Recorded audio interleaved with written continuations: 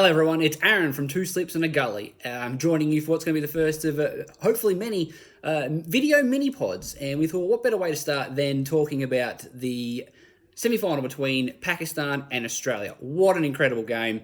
Who would have thought that, months ago during the winter on our tour to the West Indies and to Bangladesh and how disastrous they were, we would manage to make it through to a World Cup final. We were nowhere. We talked about it ad nauseum on our podcast that we were just miles away from being able to compete at a level. We thought that making the semis would be where we should be, which is where we were last night.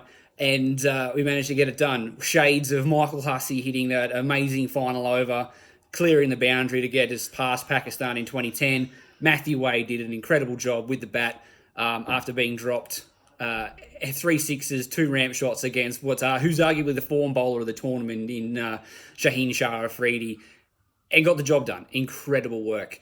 I do have to say, though, that there are a lot of chinks in our armour in that game. The bowlers, who aren't named Adam Zampa, all had a horrible game.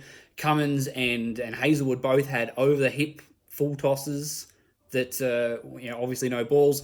Stark picked up some wickets, but then would get belted to the boundary. So none of our bowlers hit our lengths.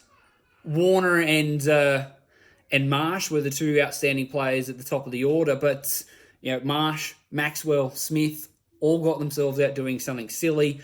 Warner, you could argue, probably should have reviewed it, but it was a caught behind, so if he didn't review it, he must have felt that he hit it, so you can't really argue with that. And so I think in this case, this is one of those cases where you wouldn't say the better team on the day one. I think Pakistan, for large parts of that game, almost the entirety of that game, were probably the better team. They executed better throughout the match with their bowling. Just took some really big hitting and a couple of drop catches to really split the teams.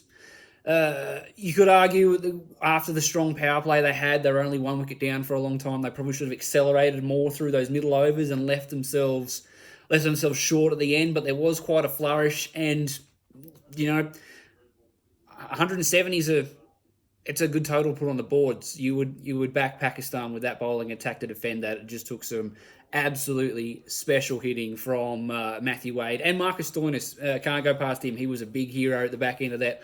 After Warner got out, and then Marsh as well threw his wicket away, and then the middle order stuttered a bit. Couldn't be more proud. I personally had wrote the team off after what we saw in the West Indies and the UAE. I thought even at full strength and considering the powerhouses, but like England, India, Pakistan, New Zealand, the furthest we were going to get would be a semi-final berth. We would have to play well to make the semi-finals, and we needed to. We really did. Only getting past into the semis on run rate. So we did need to play well to get here. And I thought that, as long as we don't get absolutely rolled, make a contest of it, you could probably walk out of that tournament heads held high. They've really wasn't a great start. So many stars being unavailable for games leading into the tournament. So you would have liked, especially considering we're changing the nature of the side. Marsh batting at 3. Almost none of our key bowlers start. Hazelwood, Cummins missing games, things like that. So we sort of we didn't know what our best team was heading into the tournament because we had players missing so much of the warm-up games. There's all the drama with Justin Langer in the media. So Finch's own form, he was injured coming into this. Smith missing games because he was injured. And then not a great IPL.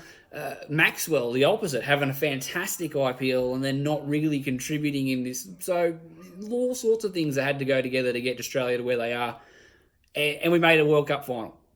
Phenomenal, considering what we had coming against us. And it's a Trans-Tasman one. Replay of the 2015 World Cup final.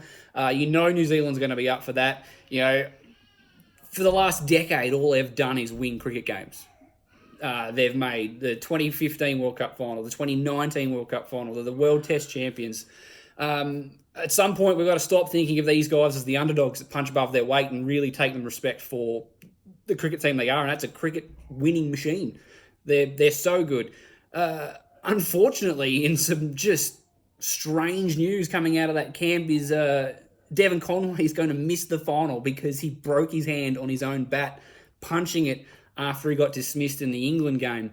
So that's a big loss for New Zealand there. So, they're of all the ways to wipe yourself out of a World Cup final, that's not a great one, and he's going to be real, especially if Australia get up, and what a dangerous T20 player he is.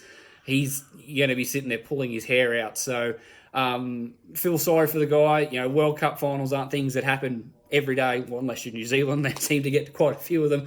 But it's a really special occasion, and he's going to miss out just off a brain fade and just an outpouring of emotion that's going to cost him a ticket to the big dance. So thoughts go out to him. Moving forward from here, it's anyone's guess. Australia's going to want to get up against our cousins from across the ditch, and New Zealand loves sticking it to the Aussies whenever they can, and they're going to want payback for the 2015 World Cup final. So many great things coming up. Please tune into our next podcast where we will talk about both semi-finals in more detail and the final. Hopefully it'll be the Australians waving, tick that one off. We can get a World Cup, T20 World Cup trophy in our cabinet. Pulling for the boys. It's fantastic. Really happy for them. Been a great effort. What a great way to really prove some of the doubters, including us here at Two Slips in a Gully. We really doubted them, and all across the media who wrote the Australian cricket team off. And, they're going to have to improve, but we're there. We're at the big dance. We bought ourselves a ticket, and now what we've got to do is just go out and play the best that we can. And hopefully the best will be enough, and we'll be holding the trophy aloft at the end of it, and then bring on the Ashes. All right, guys, thanks very much. And like I said, tune into our next episode of Two Slips in the Gully, available on SoundCloud, where we will be covering this in a lot more detail. Until then, bye for now.